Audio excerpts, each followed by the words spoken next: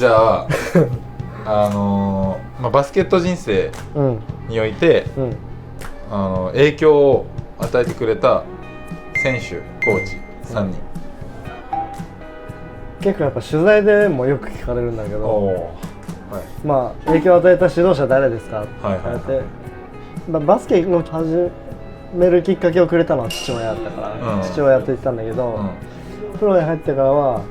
まあ、プロ入る前もそうだったけどルカヘッドコーチ、ルカ・パビチェビッチ、でショーン・デニス、あとはスッサンやね。スッサンね、ここでスッサン出てくるのが、ね、最高ですね。いやもう、まあ、特に昨シーズンかなって感じです、スッサンは。ドルファミのみならず、私も今ちょっと涙腺が全ドルファミがねって今ってなった。全ドルファミが泣く。全ドルファミが泣く。全ドルファミが泣いたシーズン。じゃあまあルカヘッドコーチ、なんか学生の時の日本代表でさ、当時 A 代表のヘッドコーチだったのはルカ・パビチェビッチだったんですけど、なんか学生の合宿にも3週間ぐらい教えに来てくれてたんですよね。お前もルカ側だったよね。いや、そう俺もルカスさんで、その時が僕の中ではすごく衝撃で、なんかこんなにバスケットの知識まだまだ足りてなかったんだと思って、でそれも込みでもっと学びたいっていうのでアルバルクに入ったんですよね。でアルバルクで2シーズン過ごして、まあ、優勝も経験できて、マジ行ってよかったなって思うし、で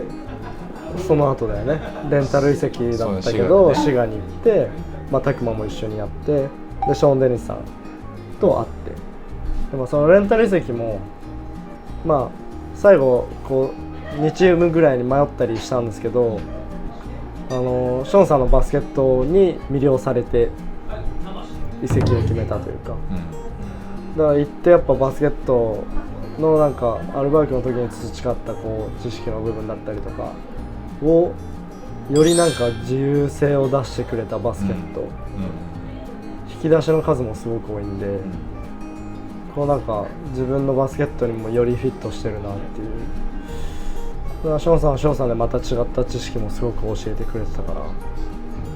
ら、すごく勉強になりましたね。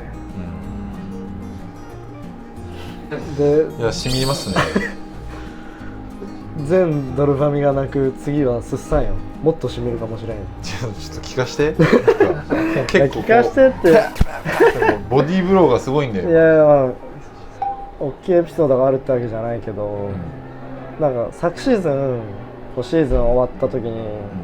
なんか自分の中でもメンタル的にすごく成長したなっていうふうに思えるシーズンで、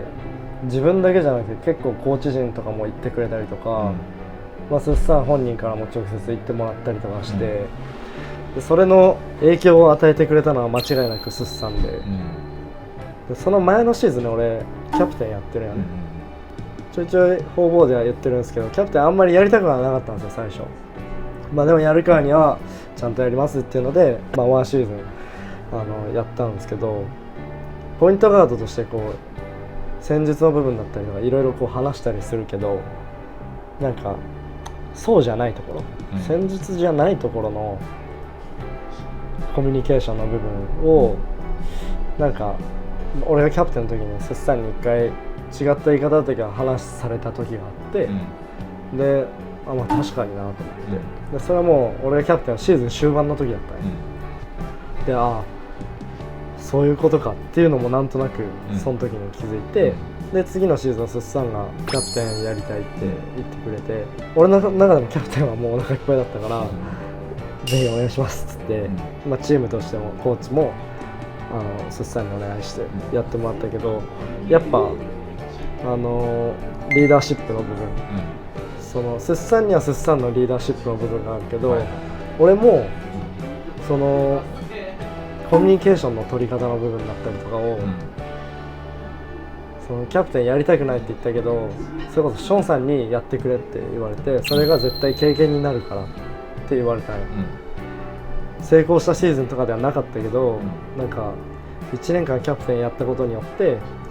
なんかこういったコミュニケーションの取り方が良かったなとか、それはそれですごく学ぶことがあったり、でプラス同じタイミングでスッサンのキャプテンの姿を見ながら気持ちの部分、メンタルの部分、結構シーズン終盤俺結構話してたと思うんだけど、なんかそこの話し方だったりとか言葉の重み、説得力がすごく強くなったって結構梶さんだったりとか、コーチとかにいろいろ言ってもらうことが増えて、まあ、俺の中でもそのキャプテンしたシーズンがなんか逆に生きてきたんだろうなっていうふうに思ってて、そのスッサンの言葉とその行動に移しているリーダーシップのところ、まあ、スッサンは常にコート上で鼓舞したりとか、違う形の表現になったかもしれないけど、間違いなく俺のこのメンタルの成長には影響を大きく与えてくれた人、以上です。いやー素晴らしいですね。泣いてるんちゃう？ドルファミ泣いてるんじゃないですか、ね、今。ティッシュ必須ですよこれ。影響を与えたっていう部分では割とスッサンはまあキンキンな話っちゃキンキンな話、ね、はいはいはい。言ってたもん、ゆうたろうさん、匠がいない時に、いやもう俺はもう匠が一番成長したのが嬉しいみたいな。言ってくれてた。匠とまた一緒にやりたいなみたいな、言ってくれてたんだけど、残ってくれよ。でああやって人に影響を与えれるのってすごいよね。かっこいいよな。かっこいいと思う、本当に。なんかもうまた一緒に戦いたくなる選手像だったというか、魂震えるもんね、なんか。やっぱゆうたろうさんはさ、自分の北海道の先輩で、やっぱチームメイトになってやっぱそのなんだろう、こうバスケットをその心の底から楽しめるようになったのも、俺も、あの人と会ってからみんなでこうやって、もう涙目になるぐらいみんなやって、あそこまで感情を出してやるからこそ自分たちもこう充実感も湧くし、見てる人も感動させられるしみたいな、だからこそ去年の最後のファンの人たちもこう泣いてたんじゃないかなみたいな。俺がキャプテンやった年、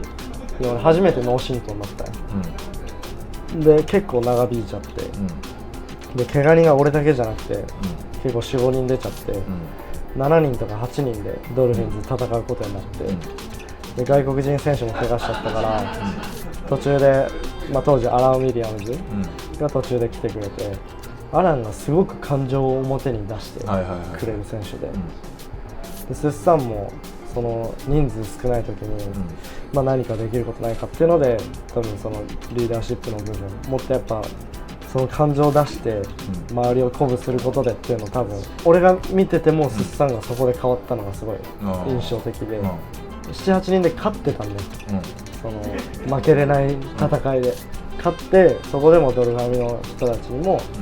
感動を与えて、そこになんか1ヶ月2ヶ月いなくなった俺がスッて溶け込めるかがめちゃくちゃ俺の中での不安があって、そこでどうやって踏み込めるかっていうのも俺の中では当時課題ではあったんだけど、その時にやっぱ土台を作ってくれたから去年のシーズンもあったかなっていうのはすごい、めちゃくちゃ当時からそれは思ってたね。いやー素晴らしいですね。多分俺だけじゃなくていろんな人に影響を与えてるよね。いやなんかスッサンが喋ってすごい印象的だったのが、やっぱさ強豪チーム B リーグでやっぱ伝統の強いチームってやっぱ宇都宮ブレックスとかアルバルクとかさ、琉球キングスとか、やっぱその強いチームの文化を持ってるチームっていっぱいあるじゃん、選手が入れ替わったとしてもその文化が残り続ける、でスッサンはなんかそういったところを渡り歩いてきてるし、もうそういう文化をやっぱりなんていうの、過去の先輩たちが積み上げてきたものが、結果そのチームの文化となってさ、ちょっと俺らとしてはマジでさ、後悔させたいよね、スッサンを。いや後悔させたい、ね、マジ先輩だけど、あいつが残したものはでけんだぞっていう、間違いない本当に、それが一番の恩返しじゃない？そうマジでそうだよね、マジで後悔させたいな。あんたが残したもんのおかげで優勝できたぞ俺は。そうっすね。だからシーズン終わった時にはそういう結果になることを信じてなるとね、いいけどね。ななかなか聞けない話やね。いやこれはなかなかいい話ができたんじゃないですか。ね、何人かにはそのスさんの影響大きかったっていうの話はしたけど、カメラ前で言うことはないからね。いや俺もさやっぱねこれほど土台を作っ今のさ匠でさえ土台作ってくれたって言ってたじゃん。俺からしたらさもうね3年ショーン体制やってる中で俺がドルフィンに入ってて、いくらショーンと昔やってたとはいえやっぱ全然違うチームだけどさ、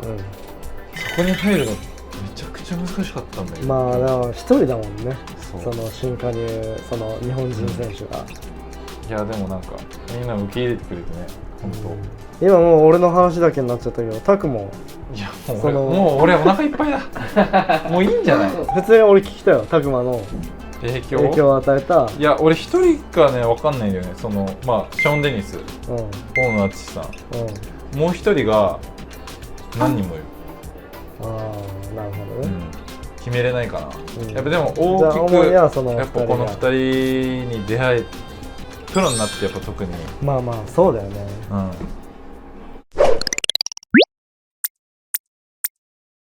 じゃあ今回もタクマのプロ式に、出ていただいた斉藤匠さんありがとうございました。ありがとうございました。ちょっとどうでしたか。めっちゃ話したよね。めっちゃ話した結構話したよねマジ話したね。これだから多分分けて多分何本か乗っていくわけですよ、多分そうだと思いますよ。何本になるのかマジで想像つか分かんな。ないいね。いやーでもかなりちょっとでも出来上がる動画がすごい現時点ではすごい楽しみだし、懐かしい話もしたし、熱い話もしたし。いやそうだね、結構いろいろ喋って最初コップ恥ずかしいとか言ってたけど結構話したらやっぱ乗ってきちゃったしね。なんか話し始めたら聞いたことないような話もいやそう意外と出てきたよね。意外と出てきたね。いやさすが風呂敷。いやそういう意味の風呂敷なんでねさすがですわ。ありがとうございます。はいということで、この動画が面白いと思った人は、いいねとチャンネル登録よろしくお願いします。よろしくお願いします。以上たくまでした。匠でしょ。ありがとうございました。